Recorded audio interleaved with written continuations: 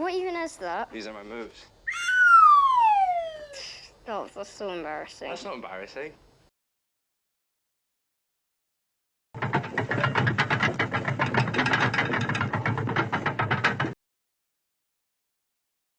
Aftersun is the newest movie by director Charlotte Wells, and apart from being her newest, it's also her first feature-length film. Despite that, the film has received a barrage of positive reviews from critics and audiences, and even then, it has not received any Academy love. Here are the 10 nominees for Best Motion Picture of the Year.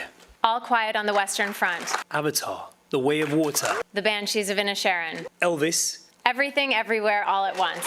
The Fabelmans. Tar. Top Gun Maverick. Triangle of Sadness. And Women Talking. Which in my opinion is something that could have really helped this movie reach a new audience. Unfortunately, I don't think that many people will watch this movie, and it's sad to me that one of the very best movies of the year doesn't get the recognition that it should, so more people could see it. But why is it deserving of so much of my praise? Let's talk about it. Why don't you go over and introduce yourself?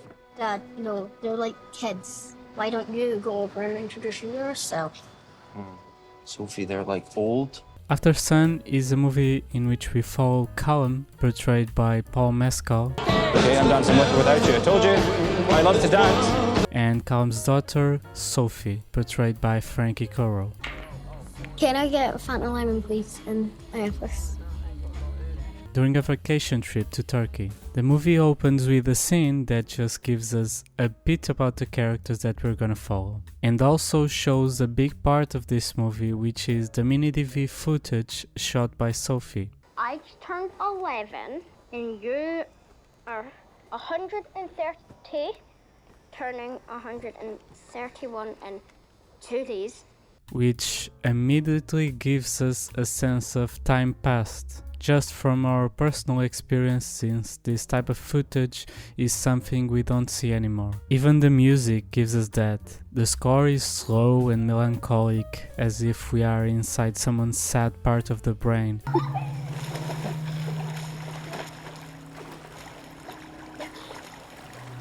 And the licensed songs are all nostalgic of a time and place. Oh no, I've said too much.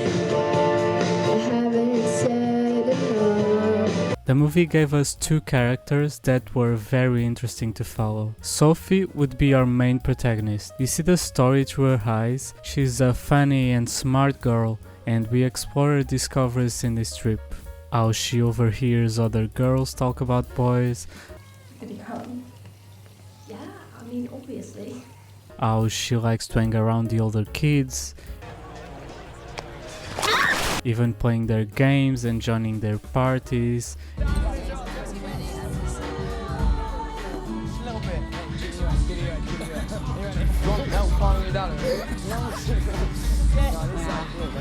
And how she explores her own desires and wants. I quite like you. Do you like me? Yes. She has fun on the trip, but you can sense some melancholy in her character, like she's missing this trip even though she's still taking it. She's missing her dad even though he's right beside her. Callum is a conflicting character. You can clearly see that he loves his daughter and he does right by her.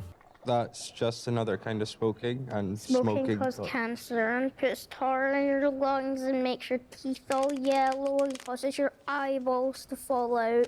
But there's a secretive side to him, one that his daughter has yet to meet, and it does give some grayness to his character. He's playful with his daughter, but his mood can change rapidly and he has a hard time controlling it.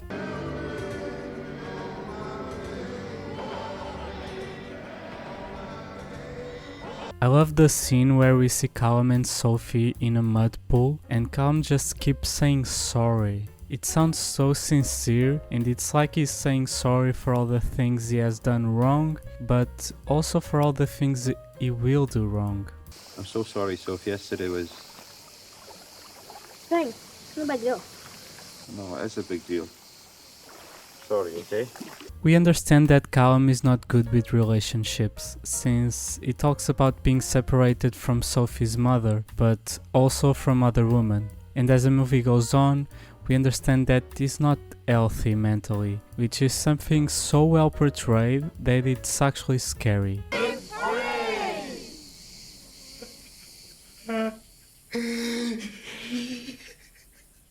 You feel yourself like a kid, like Sophie, understanding that not everything is right, but not being able to comprehend what is wrong or how to fix it. Trapped in that situation without knowing if you can ever leave it. The tension in this movie is bigger than it might seem. You are constantly expecting something to go wrong. A huge event might happen at any point, something shocking, but it never really does, which is extremely powerful. Not every story ends with a bang, and that feels real. In the end, we see a scene where Sophie is saying goodbye, getting further and further from the camera.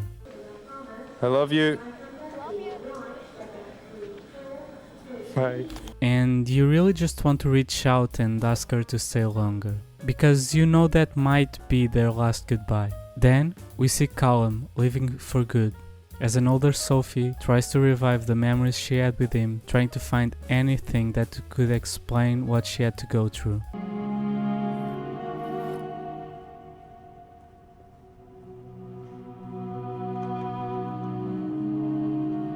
We understand that Callum is gone, and although I have my theories as to how and why, I believe that would be a disservice to this movie. I think any conclusion about the end is correct, and your own interpretation will give you a more powerful meaning than I could ever try to explain here. This movie never came to a big bang like it almost seemed like it might. We knew all along how it would end, and there was no need to shock us. Charlotte Wells wanted us to feel it and experience it. This movie reminded me a lot of Taste of Cherry by Abbas Kiarostami. صبح زود ساعت 6 میای دوبار من صدا میکنه میگه آقای بدی آقای بدی اگه جواب تو دادم که هیچ دست من میگیری میام بیرون How we follow a character doing something we don't want him to do, and although inevitable, we hold out hope that there might be something this character can still grab onto, that he might not actually reach that inevitable conclusion, but alas, they do. The slow and sad mood in this movie and the relationship of the characters is something that works incredibly at making you think about your close family, all the things you've done wrong, all you've taken for granted, all the past memories you've never cherished, all the people you didn't pay enough attention. It will leave you trying to find meaning to the point you've reached in your life. Just like Sophie, as an adult, is trying to find a meaning to what happened to her and her father.